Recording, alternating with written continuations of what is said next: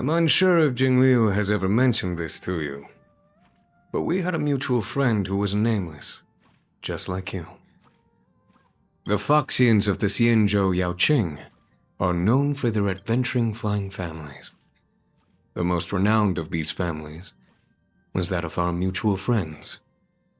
Her parents were established scholars and adventurers, and she naturally inherited the spirit of the nameless to travel and see the stars. She even has a famous travelogue in her name. I first heard about the Astral Express from her. It is a shame that in her travels to thousands of stars, she never had the opportunity to board the Express, the sacred place of the nameless. The train is about to make the jump. 5, 4, 3, 2, 1. There are only two directions on a nameless's compass: the unknown scenery that spurs adventurous curiosity, and the place that will bury our bones. Sometimes they are the same thing.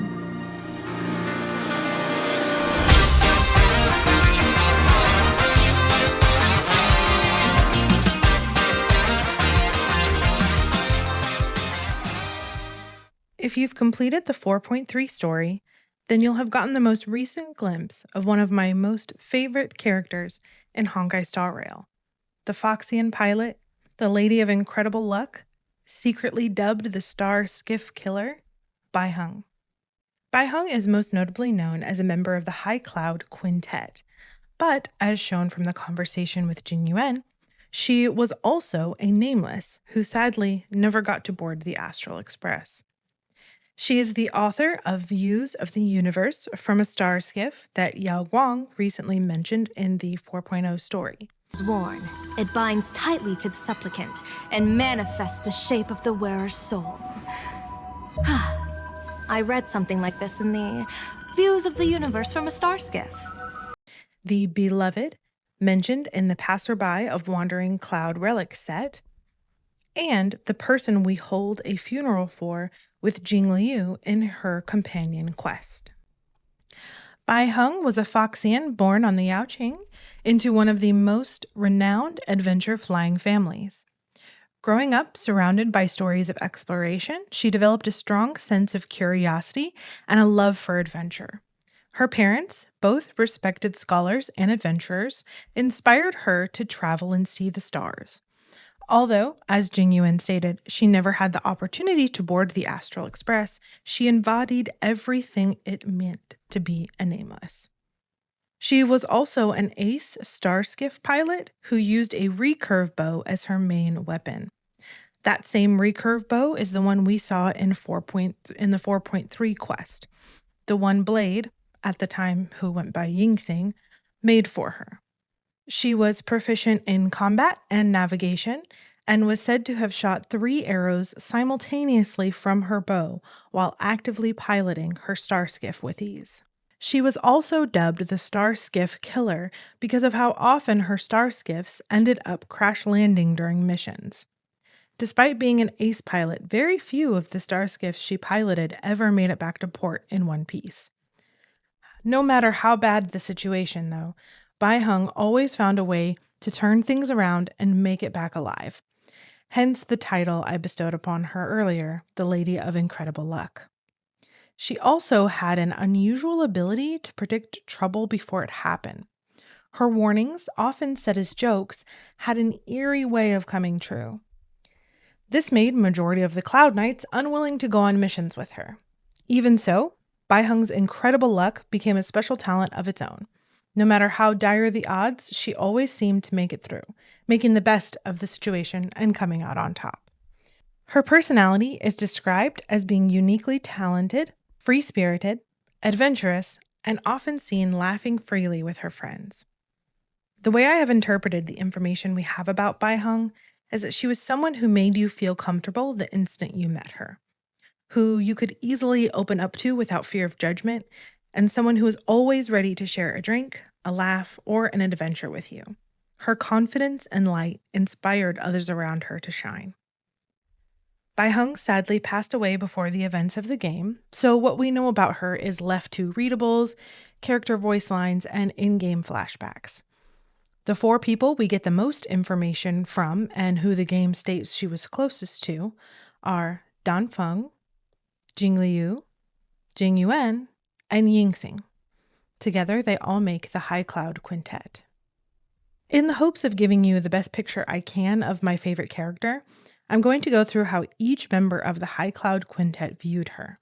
Though their memories may be tainted with nostalgia or hindered by the Mara, I choose to see them as accurate representations of her character because more than anything, they show you how her presence made that individual feel. Jingyuan is the character who speaks the least about Baiheng, but who gives us a confirmation of some of the most important information about her, her status as a nameless.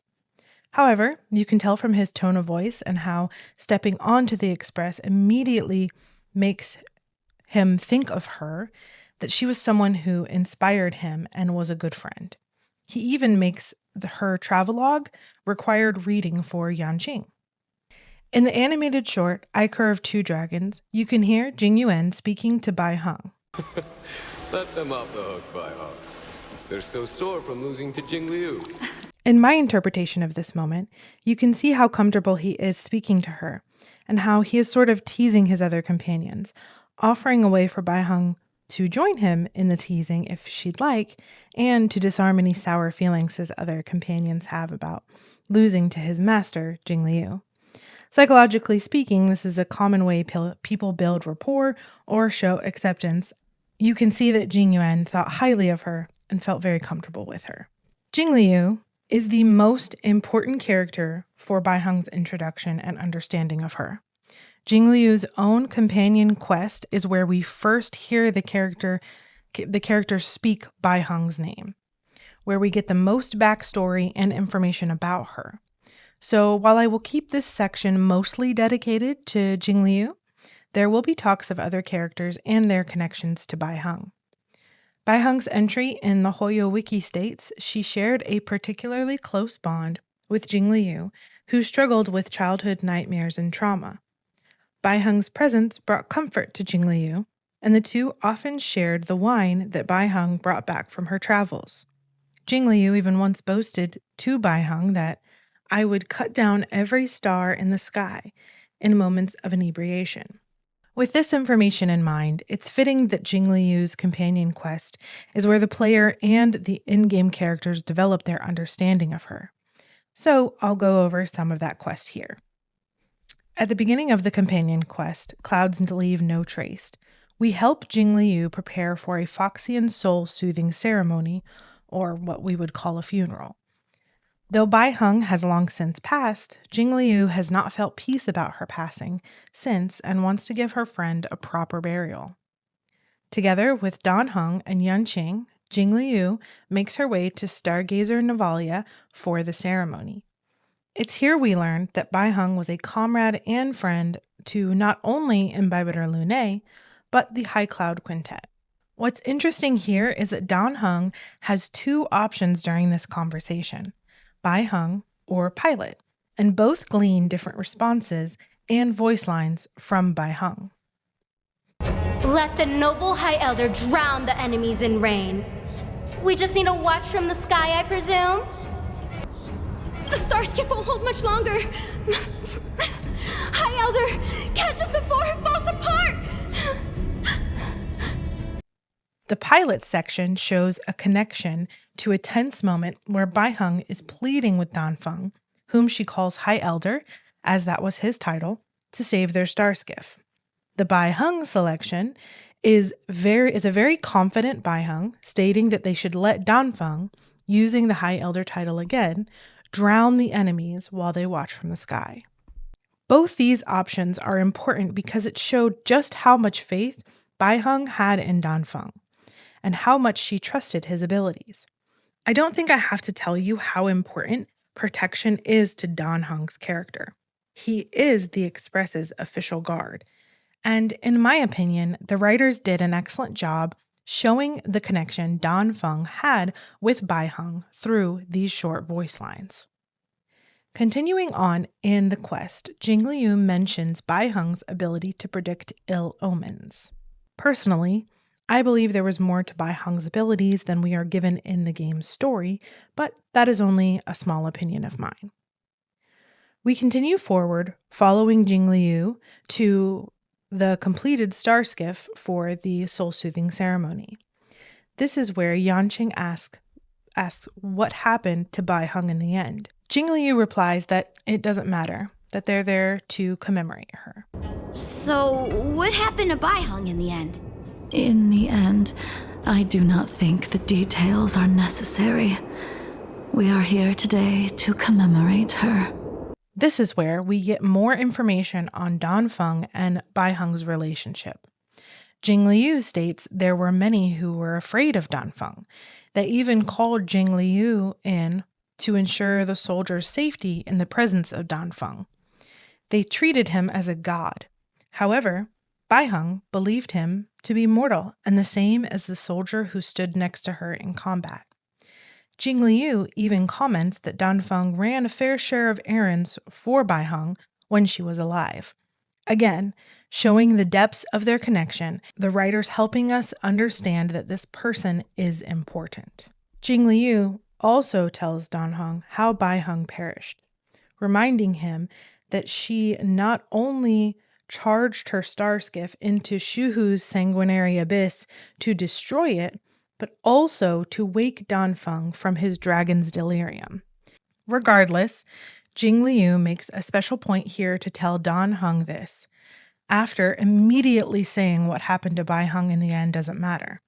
And I believe this is another way to help the player and Danfeng feel endeared to Baiheng.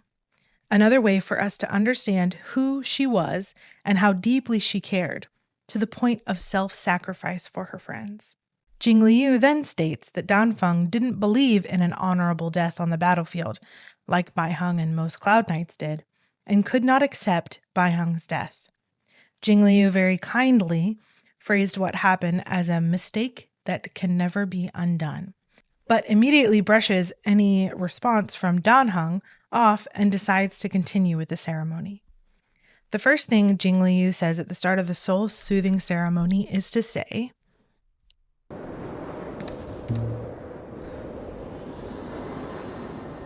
Baiheng, I've brought your flagon. This was a gift handmade by him, though he never got the chance to give it to you in person. I'm sorry it took so long for me to find it. Only by bringing it to you will my nightmares be calmed. The flagon Jingliu speaks of and the him who made it are confirmed in another section of the in-game text. The him is Yingxing, or blade, and the flagon was made as a gift for Baiheng. In the Passerby of Wandering Cloud Relic set, a set that is about Blade, the ragged embroidered cloak, the set states, in a trance, he began to lose track of time. In hazy memories of olden days, he finally made up his mind to gift his bosom friend with his handmade jade flask, only to realize with shock that the person he longed for was no longer there. Now, I am not fluent in Chinese in any way, but I did do some research, and please feel free to correct me if there are any fluent speakers watching, but the Chinese translation of this text uses this. It is translated into bosom friend in English, but this is very eloquently explained by this creator, and I'll put the text up here. I interpret this again to establish the deep bond and importance that Baiheng held for Yingxing. To him, she was someone who knew him better than anyone, and knew him down to his very soul. And the flagon he made for her was so important that Jingliu says in her opening speech for the soul-soothing ceremony that only by bringing the flagon to Baiheng's ceremony would Jingliu's nightmares be calmed. At the start of the game itself, the relic sets we have actually had an additional item to them, and the Passerby set had the Passerby's Bottle of Plenty. I interpret this as Yingxing being in love with Baiheng. as demonstrated by the text, would always become as bashful as a timid teenager, and was going to give her the jade flagon and confess. I believe this is supported by Blade's vision of her bow, the one made for her in the 4.3 story. Other than personal interpretations of Baiheng's words to Blade in his dream sequence as her flirting with him, there is no canon confirmation if she returned his feelings. At time of recording, Honkai Star Rail doesn't do confirmed romantic pairings, instead opting to keep the focus on the story.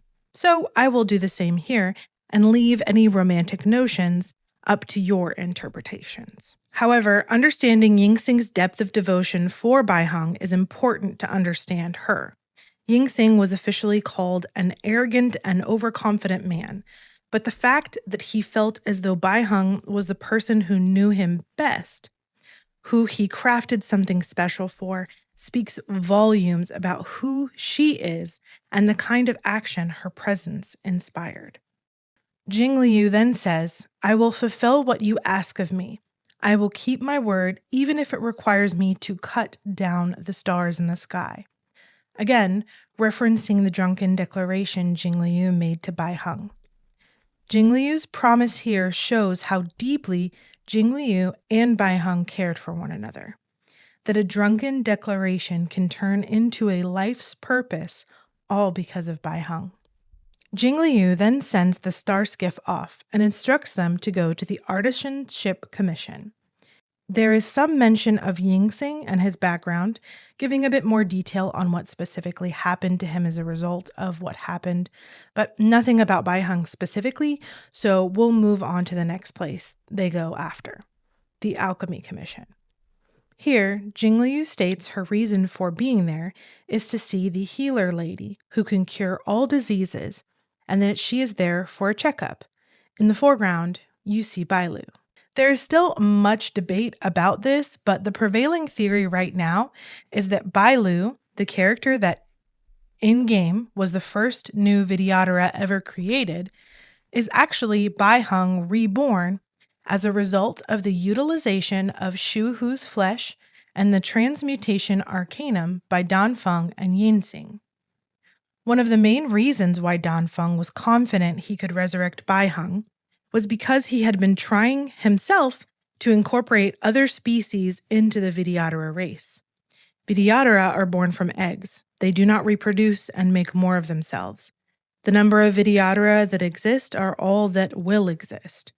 While I won't go into too much detail here, as this is about Baiheng specifically, this was a catalyst for Danfeng's desire to resurrect Baiheng. While he did end up creating the Draconic Abomination, he also succeeded in creating a new Vidyadhara life in Bailu, and he did so utilizing Baiheng's remains. He even hand-selected Bailu as his successor before he was tried and forced into a molting rebirth.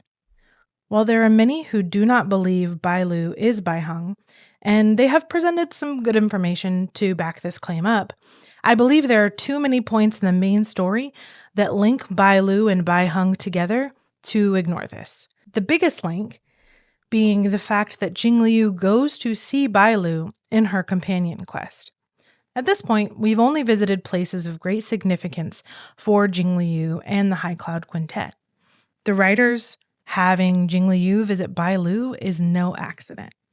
Jingliu knows no healer can heal her Mara, and going for a checkup at this time seems odd. Also, the way she speaks to Bailu, thanking her and saying meeting her has provided more healing than any kind of medicine or remedy. Then asking if a man tall with a serious expression carrying a crude sword and wrapped in bandages, clearly referencing Blade, has visited Bailu. There is also information in Bailu's voice lines where she speaks about Jingyuan coming to visit her often with made-up illnesses and asks how she's being treated. The general comes to me with ailments such as too tired to stay awake, and then he just asks how I've been and leaves after sitting around for a while. Sometimes he doesn't even take any medicine from me. Her bond with Danheng is also another sign. In Amphorius, when Dan Heng puts Dan Feng behind him, Bai Lu makes an appearance, but Baiheng does not, even though she is mentioned in his flashback. Not to mention the physical similarities. In this way, we can also get a look at how Baiheng may have been. Bai Lu's cheery tone, her desire not to be cooped up, her love of treats and enjoyment of mischief all seem like things she has in common with Baiheng. I personally believe that Bai Lu is Baiheng reborn, or at least part of her. Why would the game make Jingliu stop and speak with Bai Lu, or ask if Blade had visited Bai Lu? It seems too obvious to me, but I will let you make your own judgment. After the Jingliu companion quest, there are very few mentions of Baiheng going forward, but she is not totally absent. As mentioned before, there's talk of Baiheng in the flashback that Dan Heng gets as he puts Dan Feng behind him and moves away from his past self. There's also references to Baiheng in the most recent 4.0 patch, aside from Blade's dream sequence in 4.3. Yao Guang talks about the Masks of Elation and their powers, saying she got the information from Baiheng, or rather the book, Views of the Universe from a Star Skiff, that is the travelogue that Jing Yuan mentions. Baiheng was born on the Yao Qing and is considered a hero. They even have a main street named after her. In the Fluffy Across the Blue series, the High Cloud Squadron is the High Cloud Quintet. There is a readable that is an in-universe fan work. It's called High Cloud Squadron Power Ranking. Baiheng's entry for the character story is here. Now, when Baiheng was first introduced, she received a lot of criticism as a Mary Sue, or being portrayed as too perfect. I believe this is a misunderstanding of the information we get about her. The most information we get on her is from Jingliu and her companion quest. Again, Jingliu was her closest companion and absolutely adored Baiheng. In fact, the promise she made to Baiheng helps Jingliu keep on living. So of course the information on Baiheng is going to be skewed in a way that shows Baiheng as the greatest thing ever. We are learning about her posthumously. There are very few people in this world that would speak ill of their closest friend after their passing. The definition of a Mary Sue is a character, mostly a young woman, who is portrayed as free of weakness or character flaws. Baiheng is given her flaw of being the star skiff killer. She crashes every star skiff she flies, and even has a habit of predicting ill omens so badly that Cloud Knights refuse to go with her on missions. These are flaws that are detailed, so already Baiheng does not fit that definition. When it comes to Baiheng, she is not a character we ever meet and one we don't get a lot of information about, but the information we do get is enough to tell us the kind of person she is. Baiheng was a friend who could see people in ways that very few did, as demonstrated with Dan Feng. She took the time to get to know people, discovering them and watching them reach their highest potential as an adventure all on its own, as we see with Jing Yuan. Her presence could calm her friends, and her constant companionship was a balm to any ill, like we saw with Jingliu. And her light shone so brightly it humbled and enchanted even the most arrogant of men, as we see in Yinsing. A pilot, a comrade, a nameless, and a friend. Baiheng, my favorite character, and I hope one that you enjoyed learning about too. As always, I'm Belle. Thank you so much for your time, and I'll catch you in the next one.